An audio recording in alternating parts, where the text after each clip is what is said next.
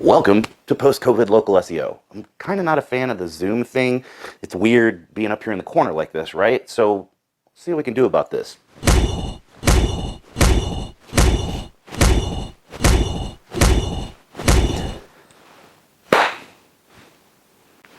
Much better, right? So this is post-COVID local SEO, and they already introduced me, so you know I'm Greg Gifford, the Vice President of Search Lab. I want to make sure you check out our blog every week. I do a weekly video series called Local Search Tuesdays. It's short 3 to 5 minute videos that talk about local SEO and important updates, so you definitely want to check that out. And outside of COVID, I typically speak at a lot of conferences, and I speak at conferences all over the world, and I see a lot of really bad presenters at some of these conferences where there's the podium right here, and then the person stands with their back to the crowd and they just read their slides the whole time. And it's super boring and not engaging. And even worse, a lot of times the background of the slide is just white and it's black Arial font with just bullet point after bullet point after bullet point that they're reading. It's really not fun to watch. And because of that, I firmly believe that bullet points kill kittens. So this will be a kitty-safe presentation. And you saw the reference there to Contagion at the beginning. You've probably seen me speak before. You know I'm a movie nut. I've got a full sleeve of movie portrait tattoos. My whole right leg is sleeved up with Goonies tattoo. I'm about to start on my other arm, so I'm crazy about movies, and I love to share my love of movies with my love of SEO and presentation. So there's always a theme. And today's theme is sci-fi movies. We have 99 references to sci-fi movies. And usually I go back and include one movie for every year in the last 50 years, but today we're going back 52 years because I'm a huge nut for Planet of the Apes. And we have to have every Planet of the Apes movie in there if we're talking science fiction movies, right? So I know there's some obscure stuff that a lot of you may have not seen, so there is attribution way over there on the side. If you're curious, you've got a cool list of movies to watch when we're done. But let's go ahead and kick this off. Are you here because you need a hand with local SEO in the post-COVID landscape? You're probably spending a lot of time looking up at competitors that rank higher than you, because local SEO is a really tough puzzle to crack. There's a lot of complicated moving pieces. And you can't float along with minimal effort, because if you do, you're going to basically blend into the background. And if you're blending into the background, you're basically visible to potential customers. And obviously, that's not a good thing. And even though COVID has kind of really thrown things for a huge loop and everything's crazy now, I don't want you to lose your head. Get it? Get it? Lose your head? I don't want you to lose your head, because I'm here today to help you. And there's a lot of stuff online about COVID and what you need to do afterwards and how local SEO works now. I'm going to help you sort through the giant pile of crap that's online and figure out what actually works to help get your business more visibility. In fact, I'm going to show you the code behind Google's local algorithm so you'll understand how things actually work. COVID has changed consumer behavior at a fundamental level. The way that people shop has changed, and successful businesses have adapted to this. You have to stop thinking, I really wish that things would go back to normal. This is the new normal. We can't keep waiting for things to go back to a pre-COVID way of life. You have to adjust to how things are now if you want to be successful. And in today's post-COVID world, every purchase starts with a search. Digital dominance is absolutely the key to winning moving forward. You have to show up when people are searching for you. And more queries are returning local results. Queries that didn't used to return local results are now showing map packs. So local is becoming bigger and more all-encompassing. And it's the key to success, because people are searching from their homes and they need a local result. So you have to be doing local SEO. And hopefully most of you know what it is, but for the noobs in the room that are wondering, hey, what is local SEO? It's targeting Google's local algorithm. It's a different kind of SEO. It's more specific. There's additional signals involved. And you know that you need it because you'll do a search and you'll see the map pack with the map and the 3 results underneath. Or you can click the More Locations link at the bottom and it takes you to the local finder page. This is also Google's local algorithm at play. Or you can jump directly into a Google map search, also Google's local algorithm. And even though the map pack is displayed in that initial search we were talking about, all of the organic results under the map pack are also localized. So it's all Google's local algorithm. The most important signals that influence this algorithm are content, links, reviews, and your Google My Business listing. If you want to outpace your competitors and win in local search, you've got to absolutely rock in those 4 areas. Your content needs to actually be about your business. This is a key point here. I see so many businesses for so many years that have websites with really generic content, and it's just the same stuff that's on their competitors' sites or the same stuff that's on similar business sites all over the country, and there's nothing really unique. Your content needs to actually talk about your business and why you're awesome and why people should buy from you. And it should be localized as well. It should be talking about the local area. Now, I'm not talking about shoving your city name in a certain number of times into the text. It's not about that. It's about having truly localized text so it's clear that your business is a part of the local community. And it's really important nowadays that you add your COVID content. You have to add content around COVID and the things that you have done to adapt because customers are looking for that. So you need to add a page about your COVID safety procedures, the things that you're doing at your business to follow government regulations or city regulations or your own internal guidance on what's important with COVID safety. And if you've got additional services, curbside pickup, you're now offering delivery, anything like that, you've got to have that on a page on your site so that people can say, hey, during COVID, can I come just pick up my order at curbside? Or do you offer delivery? You have to have all of this on your site. Don't assume that people will understand that this is how your business works. You've got to remember the kind of old school concept of if you want to rank for something, you need a page about that concept on your site. So if you want to rank for these COVID questions and concerns that people have, you've got to have that content on your site. And you need to geo-optimize the heck out of your site. Now, geo-optimization has been a debate for a very long time. I'm sure if Dan Leibson is watching this right now, he's chuckling and going, go Greg with the old school local SEO from 10 years ago. But it's true. Geo-optimization's been around for a long time. And geo-optimization doesn't necessarily always work in some verticals, but in today's post-COVID world, you've got to make sure that you're doing it because people are looking for localized results, and this is definitely going to help you. Here are the things that you need to be optimizing. First of all, title tag, most important, most weighted element on the page. You've got to have your targeted keyword phrase and your city state. Don't put your business name in the title tag, especially at the beginning of the title tag. You're the only business named that, and you're always going to rank #1 for searches for that phrase. So instead, use that valuable optimization space of the most weighted thing on the page to optimize for your keyword phrase and include your city and state abbreviation. Second most weighted element on the page is your H1 heading. You've got to make sure that the heading is conversational. It includes the same targeted keyword phrase that's in your title tag, and make sure you've got that location information in there as well.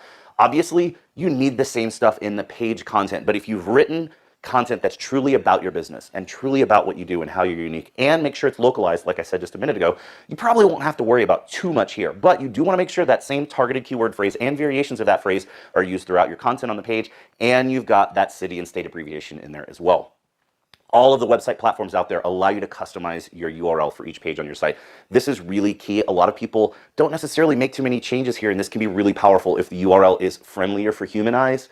It's also friendlier for Google. So make sure that same keyword phrase and city and state abbreviation are in the URL for those internal pages, and make sure you're using dashes to separate words.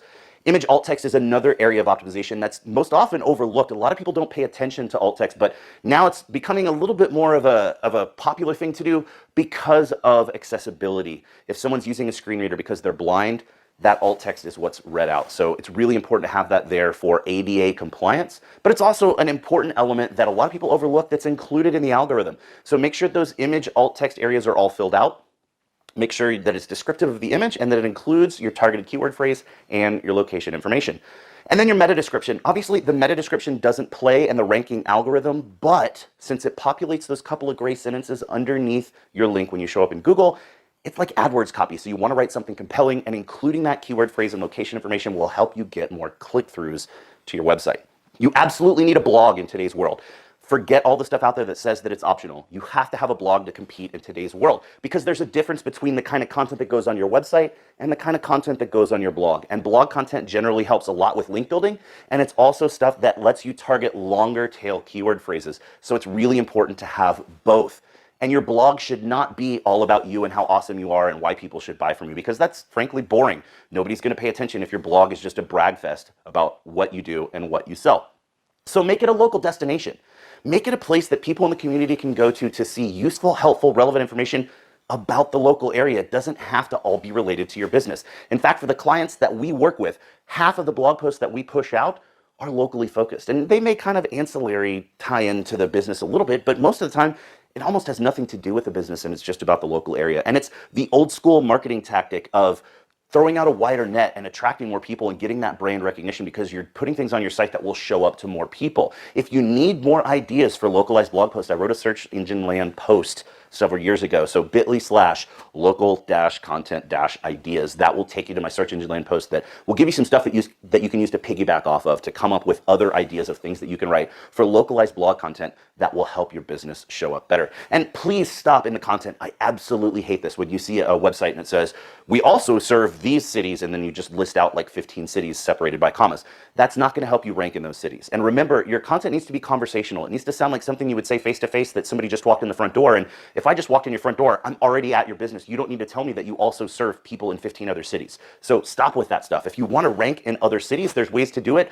But just putting a comma-separated list of city names on your site is not going to help. If you do want to expand your reach, you need to be a bit more advanced and use a concept called local content silos. Now, I've only got about 12 or 13 minutes left, so I don't really have time to jump into this. If this applies to you and your business and you want to expand your reach outside of your area, remember, first you've got to own your own backyard. You've got to show up really well in the area where you're located before you try to expand. But when you're ready to expand, bit.ly/local-content-silos will take you to my post on Search Engine Land that explains exactly how to do this strategy.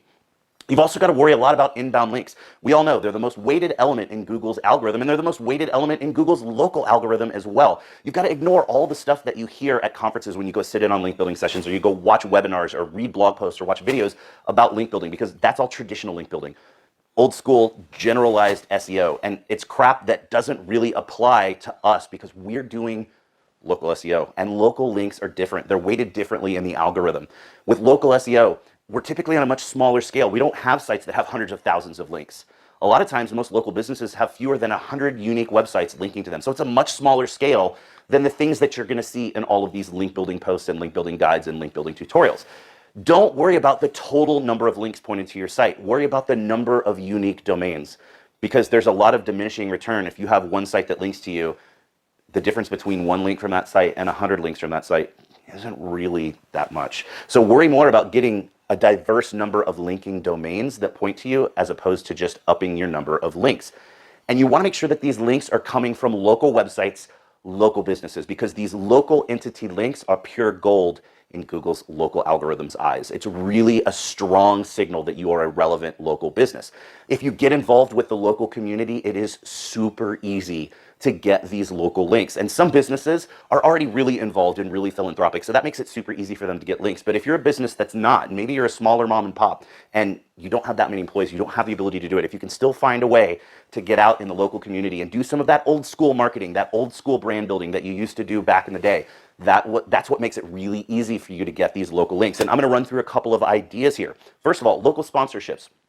Google's not okay with you buying links, but Google is totally okay with you buying a sponsorship that results in a link. So, Pee Wee football, Pee Wee soccer, Pee Wee hockey, Little League, 5Ks, golf tournaments, any of these local sponsorships are really great ways to get local links that absolutely slay. Local meetups are great too, and there's a couple of different tactics here, but you want to go to a site like meetup.com and look for local groups that have regular monthly meetings. And if you've got a meeting space like a boardroom or a lounge or something that you can offer up to those people, then let them use it on the first Monday of every month at 7:00 p.m. or whatever their meeting time is. And you're going to get a killer link out of it. And if you don't have space available, then just look for groups that are looking for sponsorships, because an easy 50, 60, 75 bucks a month, you throw it at that group to buy their pizza and their soft drinks for their monthly meeting, and boom, you get a couple of awesome, really killer local links out of it.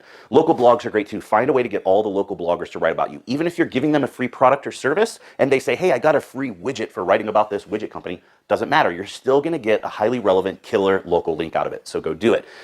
Local clubs and organizations is a little bit different take on things. It's not about what the business does in the local area. It's about what the employees do in the local area. So talk to the owner, talk to the management, talk to the staff, see what they do in their free time. If somebody's really involved in a local club or organization, especially if they're on the membership board of that organization, it's probably going to be pretty easy for you to get mentioned and linked on that website. So look for people that are really involved with church. Maybe somebody's president of the local Corvette car club or something like that, or somebody's got a kid on a club soccer team that travels all over the place. Anything like that where somebody's really involved with something in their free time, great way to get local links. Join all the local business associations you can. Sure, it's a couple $100 a month or a couple $100 a year, and maybe it's not something you're even going to do on a monthly basis, but those links are killer, so go get them.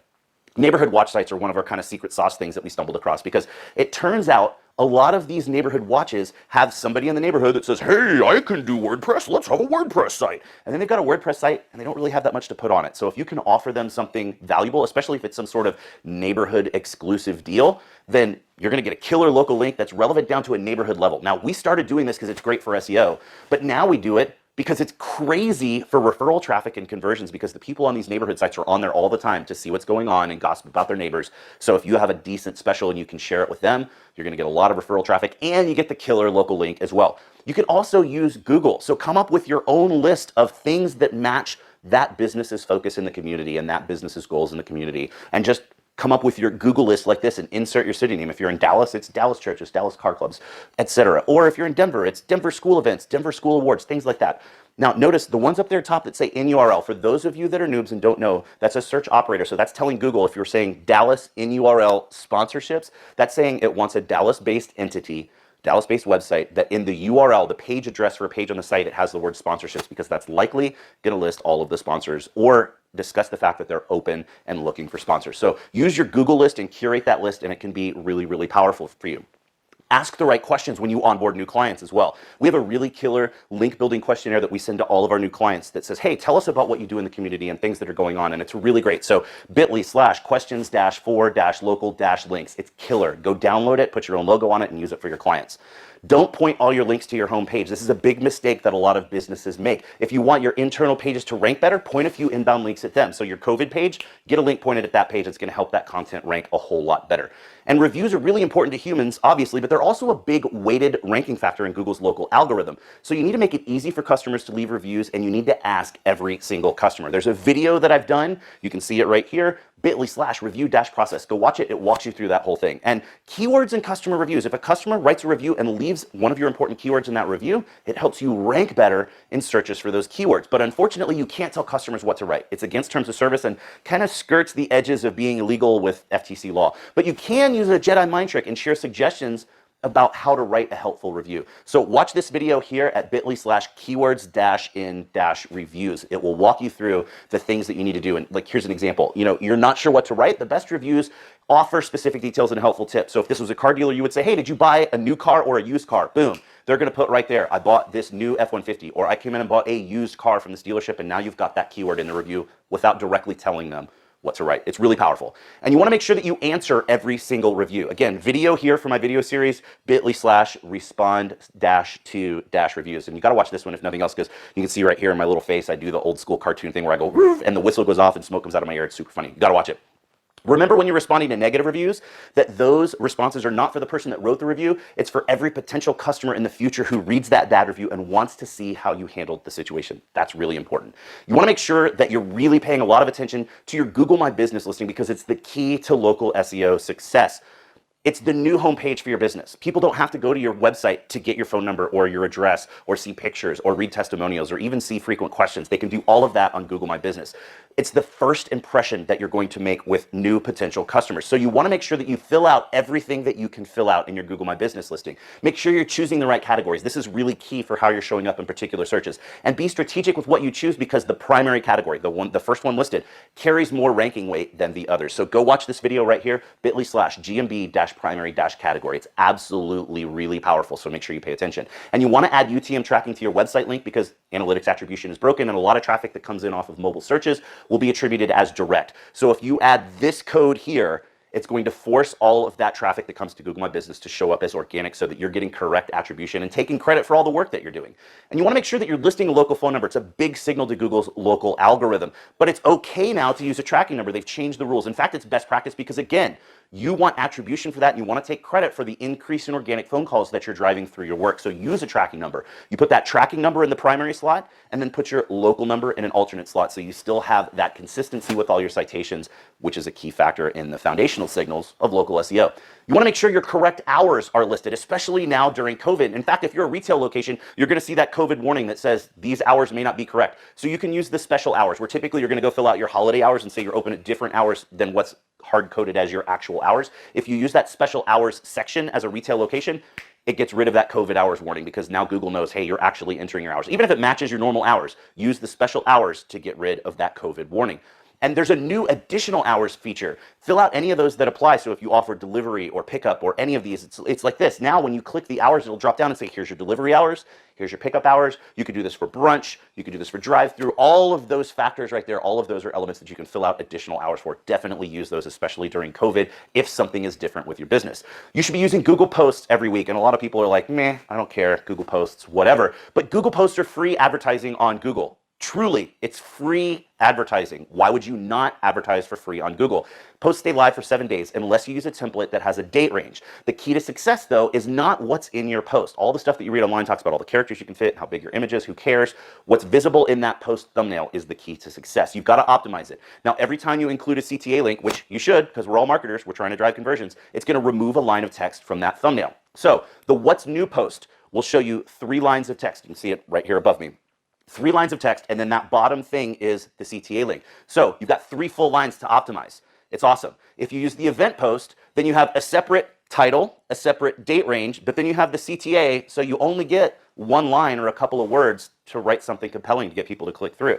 An offer post, same thing. Title, cool little price tag emoji, woohoo! Date range, CTA, only 1 line of text to write a descriptor. And they have the new COVID post, and it's text only. There's no image, but you don't want to use it because when you put the COVID post in, it blocks any other live posts that you have. So if you need to share a COVID update, use the What's New post instead because you've got more room to write something compelling. And you've got to have an eye-catching image to really make sure that people will see it and click on it. The ideal image size for that image is 1200 pixels by 900 pixels. Cropping is really inconsistent and wonky, and stuff gets cropped out that you want to show in the image, so it's really frustrating. So I've created a post-cropping guide. It's a Photoshop document. You can download it bit.ly/post-image-guide. It's going to look like this. It's a multi-layer document, so anything within that white grid is what's going to show in the thumbnail, and everything outside of the grid shows once they've clicked and pulled up the entire post. You should also be paying attention to GMB questions and answers. Questions and answers are a crazy important feature because anyone can ask a question, and any random person can answer that question for you. Customers think it's a messaging system, but it's not. It's a community discussion feature. Most business owners have no idea that it exists. You can actually ask your own questions. Load your own questions into the system and then answer your own questions. So you're basically setting up a pre-site FAQ page. It's hugely beneficial to do this. Then you want to make sure that you're answering and asking and answering any questions related to COVID. So any updated policies or procedures, get those questions loaded so that people will see that. A really advanced pro level tip, check out the questions that people are asking your competitors and load those same questions into your Google My Business and then answer them, because now you're answering the questions that are most commonly asked in that particular vertical in your area. And answers can come in multiples. You're going to get multiple answers to a question. A lot of people can answer a question, but the answer that's displayed as primary is the answer that has the most thumbs up. So make sure you're upvoting all of your answers so they appear as primary. And Google will auto-complete questions. They'll auto-answer the question. So if I'm typing in a question that's similar to something that's been asked in the past, it's going to look at that past answer. Or if it's something that could be in a review that's got that same content, it's going to answer that question for me. So the more questions that you have that are answered better, the more often people won't even have to ask the question, because as they type it, it gets answered for them. So let's finish showing some really fun examples. We see this all the time.